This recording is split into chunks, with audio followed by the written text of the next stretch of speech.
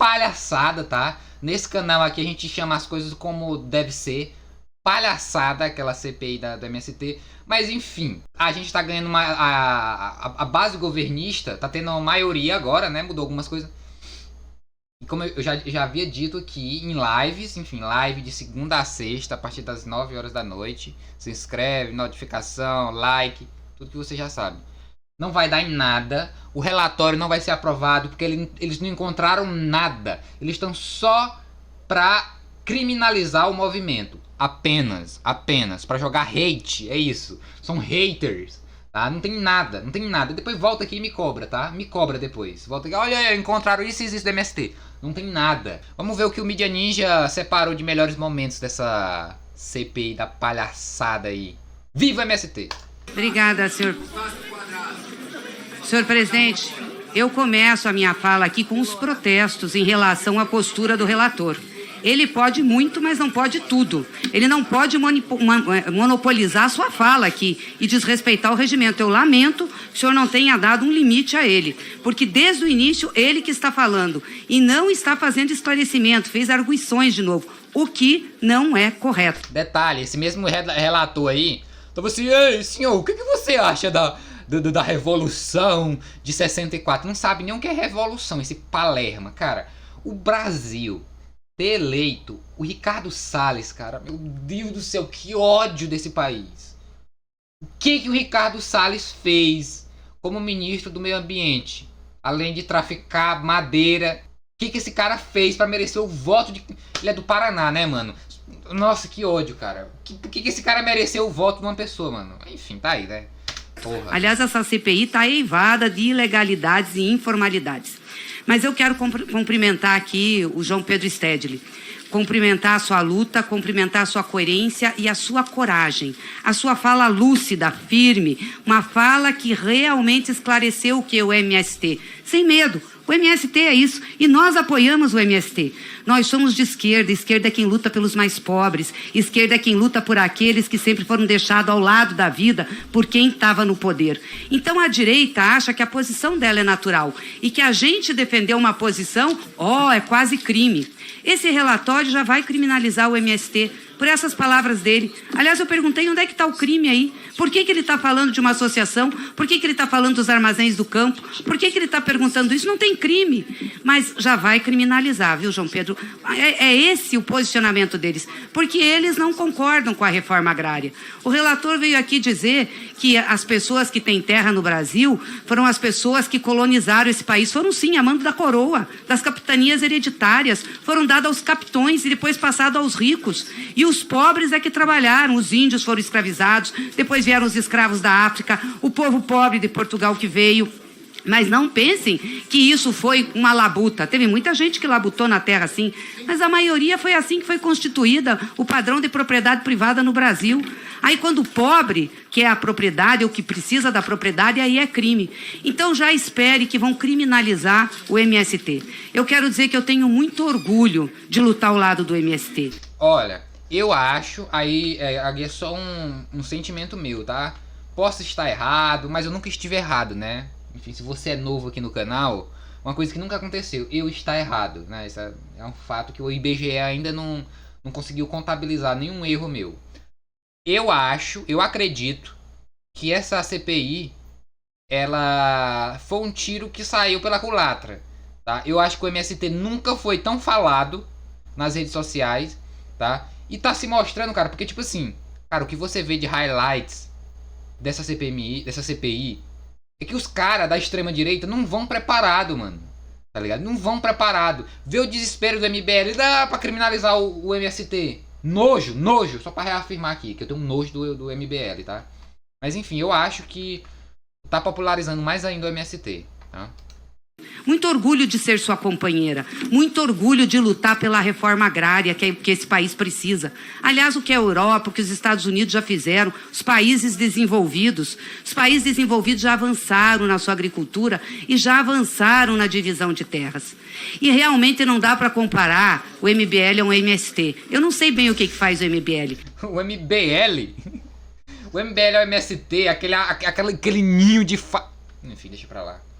Surgiu ali nos conturbados anos de 2013, 2014, entendeu? Ajudou a criar a confusão institucional toda nesse país, apoiando o golpe contra Dilma. Depois veio naquela confusão da Lava Jato, que deu no que deu, elegeram Bolsonaro. Agora, eu não vejo eles mais falando das joias, não vejo ele falando da venda do Rolex do Bolsonaro, do Mauro Cid, do Acef, essa turma toda. Porque eles estão muito ocupados tentando justificar o assassinato de criança. Assassinado pela polícia, né? Eles estão muito ocupados, invadindo a universidade. Eles não tem tempo não, Glaze, não tem tempo pra isso não. Pra ver negócio de joia, não. Eles estão atrás da cultura woke. O MBL tá preocupado com a cultura woke. Eles estão em outra seara. Estão defendendo o Brasil da cultura woke. Aqui que fala que o MST é criminoso, que o PT é ladrão, tá quietinho em relação a Bolsonaro, a Michele, todo mundo, ó, de boca fechada. Eles deviam vir aqui explicar como é que fizeram para vender a joia. E Bolsonaro sabia, enganou o TCU, esperou o Acef lá recomprar o Rolex para depois dizer que as joias estavam aqui. Que coisa vergonhosa isso. Esse pessoal que estava em dedo em riste em todo mundo, falando de moralidade, eles têm que começar a explicar, eles não têm moral aqui para falar de MST. Eles não têm moral para falar de movimento social. Boa, eles não têm moral para falar daqueles que lutam, porque eles têm que explicar exatamente isso. Outra coisa que eles têm que explicar, o apagão de hoje. 6 horas sem energia elétrica no Brasil. E não é só na região norte, não. Atingiu o sudeste, atingiu o nordeste. Por que isso? Privatização da Eletrobras. Que eles todos aqui que estão contra a gente apoiaram.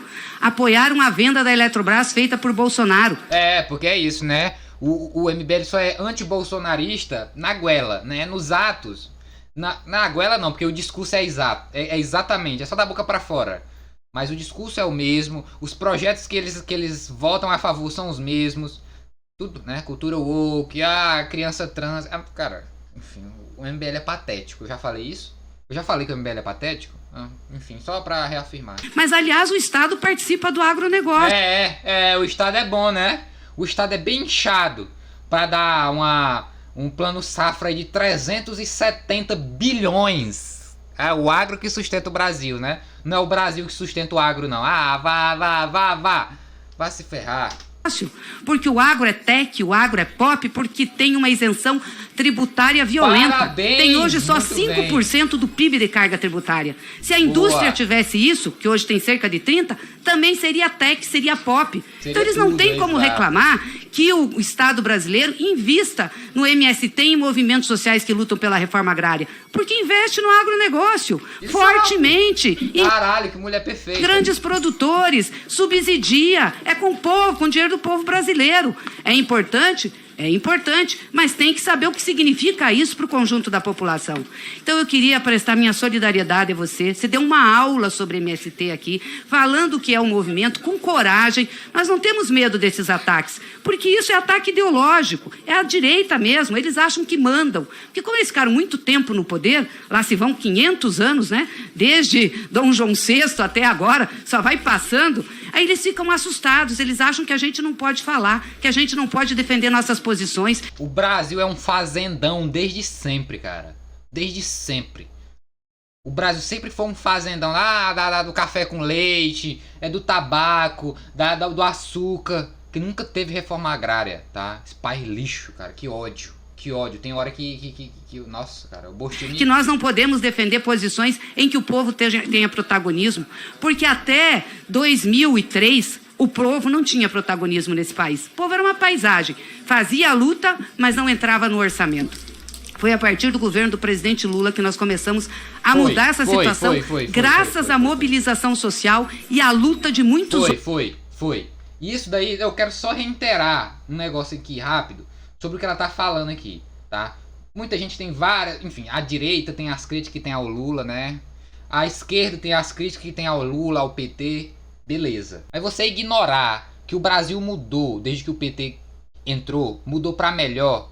Cara, você tá sendo ignorante só pra você mesmo. Só repita isso na frente do espelho pra você se convencer de algo que só você acredita. Porque a realidade não é a mesma coisa. Irmão, vocês viram aquela reportagem do Fantástico, velho? Mostrando a pobreza do Nordeste. Vai se fuder, cara. Vai se fuder. Tipo assim, a geração da minha avó ali, que é da década de 40, de 50, vê no Lula Uma coisa que eles nunca tinham visto. Tipo assim, como se fosse caralho. Que porra é essa? Sério que tem estado pra acudir gente passando fome?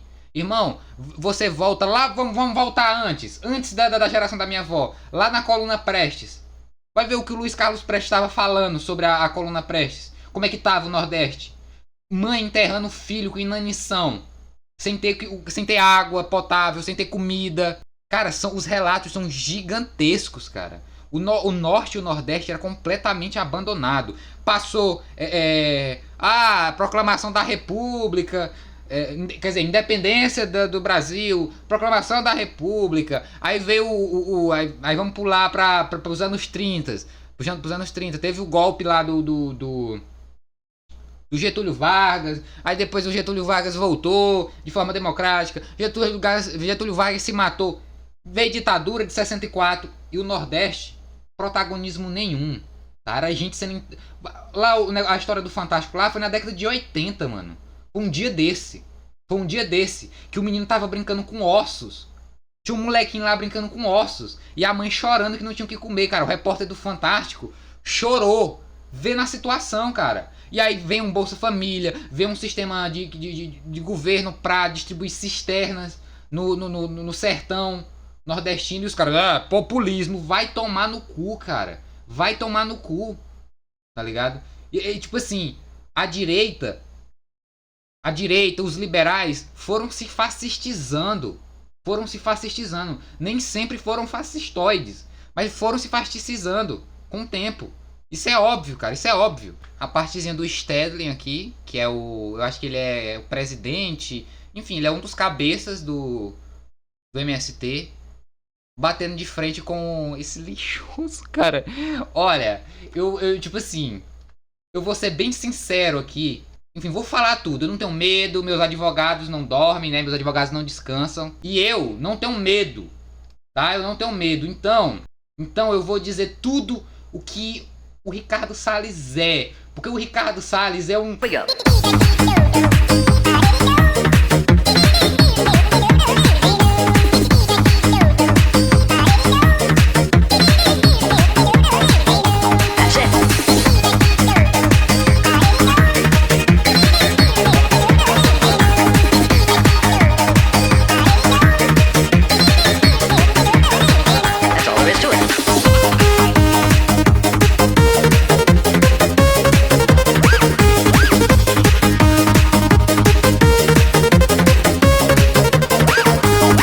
Enfim, eu espero que eu tenha sido claro, né? Me fiz claro, né? Quem não concorda aí, porra, se você não concorda, né, não tem o que fazer, né? Você tem que ser o mais claro possível, tá? O mais sóbrio. Ocorre, Sr. João Pedro Stedley, que a maioria dos casos que nós trouxemos aqui na CPI, relatos que nós recebemos, inclusive em loco aqui, experiências que nós fomos visitar, e uma série de outros dados que foram trazidos aqui e vão ser explicitados no momento adequado do relatório e tudo, eles dão conta de que há um número muito grande, não vou dizer totalidade dos acampamentos e assentamentos, porque eu não fui a totalidade dos assentamentos, nem ouvi todas as pessoas. Mas, por alguma coincidência, todos que nós ouvimos, todos que nós analisamos, autoridades, etc., trouxeram para nós aqui uma narrativa, informações, dados, nomes, fatos, datas, em que claramente há, da liderança da militância local, sobre aqueles que engrossam a fileira do movimento, quer seja em assentamento ou em acampamento, uma utilização bastante clara dessas medidas a que o senhor se referiu. Ou seja, o líder utilizando, por exemplo, a tal área coletiva para arrendar a terra para um terceiro e ficando ele próprio com o dinheiro. Eu considero elogiável esse esforço de vocês de procurar identificar os problemas. Isso ajuda. Espero que o senhor, no seu relatório, coloque sugestões de como nós superar isso. Ele vai querer... sei, ele vai dar várias sugestões. Principalmente acabar com o movimento. Mas eu queria fazer uma observação de ordem estatística, desvio de economista. Sempre gostei muito de estatística. Nós temos 500 mil famílias assentadas. Agora, o último levantamento do INCRA, que o ministro deve ter relatado aqui, deu 60 mil famílias acampadas. Bom, 500 mil famílias assentadas. Se vocês usassem uma amostra aleatória de 1%, já daria 5 mil famílias que vocês teriam que ouvir. Boa, boa, boa. Só a matemática vai derrubar o argumento do maluco, mano. Só a matemática. Então, é evidentemente que esses casos que vocês encontraram, que não quero julgar se é verdadeiro ou não é verdadeiro, mas acredito que existem, por conta daquela categoria sociológica. Não? Mas nós, de sã consciência, não podemos atribuir a alguns casos como se aquilo fosse geral. Já citei, só uma amostra de 1% daria 5 mil famílias. Imagina eu chamar 5 mil aqui, deu testemunho. A direita não estuda e passa umas vergonhas que, pelo amor de Deus, load comics na voz. Um momento que houve também uma reunião. Desculpe, só uma questão pontual. Existe algum movimento na China análogo ao que é o MST aqui no Brasil? Não, porque em 1949 eles fizeram reforma agrária. Turn off for what? Turn off for what? Cara, essa resposta que eu já tinha visto, muito boa, tá? É, na China comunista tem MST? Tem MST? Não, filha da puta, não tem. Lá teve uma revolução, tá ligado? Coisa que nunca teve nesse bostil. Vocês que querem tanto derrotar o MST, a fórmula é simples. Façam reforma agrária, no outro dia desaparece o MST. Então, na China, eles fizeram uma reforma agrária em 49, de 49 a 52. Foi muito drástica, eles distribuíram terra para todo mundo. E hoje a média das terras lá na China é 0,7 hectares por família. Por isso que eles passam fome. Não tem produtividade. Por isso que eles passam fome. Falou o Ricardo Salles. Essa excrescência. Enfim, já argumentei. Não vou dar mais adjetivos pra ele, né? O cara tá... eles passam fome lá no país mais rico do mundo, na China. Boa. Excelente, cara. Vai ser burro assim na casa do caralho. Ei, a mulher. A maior potência mundial... O Bula, por isso que eles passam fome lá. No governo que você fazia parte, tinha gente passando fome aqui. O que foi que você fez pra mudar isso? O advogado, né? Da China. Aconselho vocês chamarem o embaixador deles aqui, que tem a prerrogativa legal de defendê-los. Os caras são muito burros, velho. Vamos ver o que mais tem por aqui. Agronegócio beneficia quem? É mais frequente na sua prática predatória na fronteira agrícola. E é lá onde ocorre maior assassinatos. Porque lá naquela região da fronteira agrícola, qual é a população que nós temos lá? Não é sem terra, típico. É o povo indígena, é o quilombola, é o ribeirinho, é o poceiro. Então chega o capital e toma conta daquelas terras. Aí se produz uma violência, onde sempre quem morre são os pobres. O segundo modelo é do agronegócio. São grandes propriedades, usam as técnicas mais avançadas de semente transgênica, mecanização e agrotóxico. E produzem o quê? Produzem muita riqueza, mas produzem commodities para exportação. Portanto, repete o modelo agroexportador colonial. Lá do café com leite, a cana-de-açúcar, o tabaco, né? Porque o Brasil foi... Olha só, essa você não sabia. O Brasil foi um dos grandes responsáveis por viciar o mundo no tabaco, tá? Na nicotina. Momento cultural.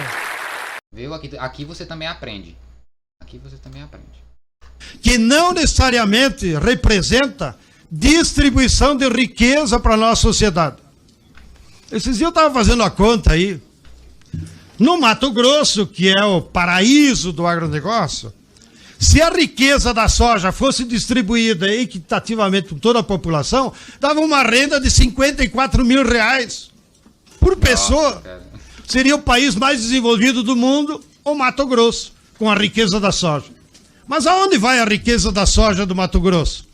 Vai para as multinacionais, vai para o banco e, repito, para o fazendeiro só fica 13%. Com a mão de obra, que é o custo de quem produz mesmo, fica 8%. Menos o que fica com os bancos. Então esse é o panorama do agronegócio, que é um sistema que produz riqueza, mas não desenvolve o país. Exatamente, exatamente. Cara, eu assisti aquele jogo do Flamengo e do Cuiabá, cara, era óbvio.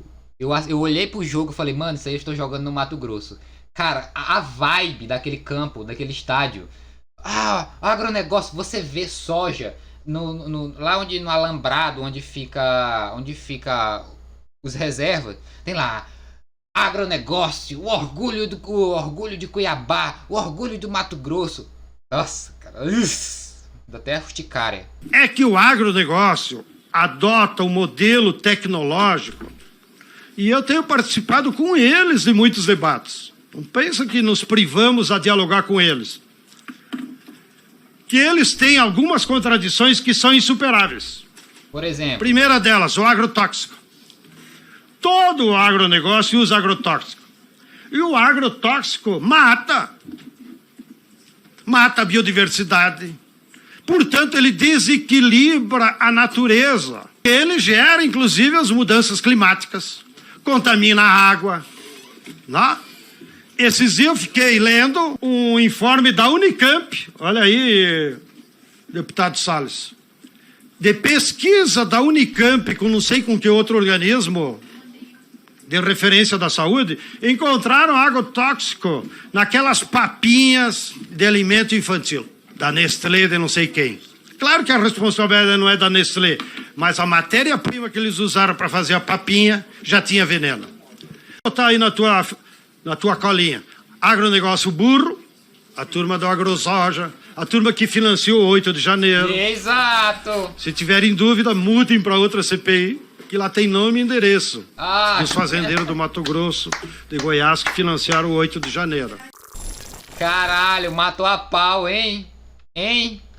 O velhinho matou a pau. É isso mesmo, cara. É isso mesmo. Além de não trazer benefício nenhum pro país, ainda financia golpe de Estado. Asqueroso. Asqueroso. E aí o MST consegue ser o maior produtor de arroz orgânico da América Latina. Os caras, não, peraí. Aí lá na Jovem Pan tem... Não, peraí, tem que ver esse negócio aí. Tem que ver esse negócio aí. MST, grande produtor de arroz.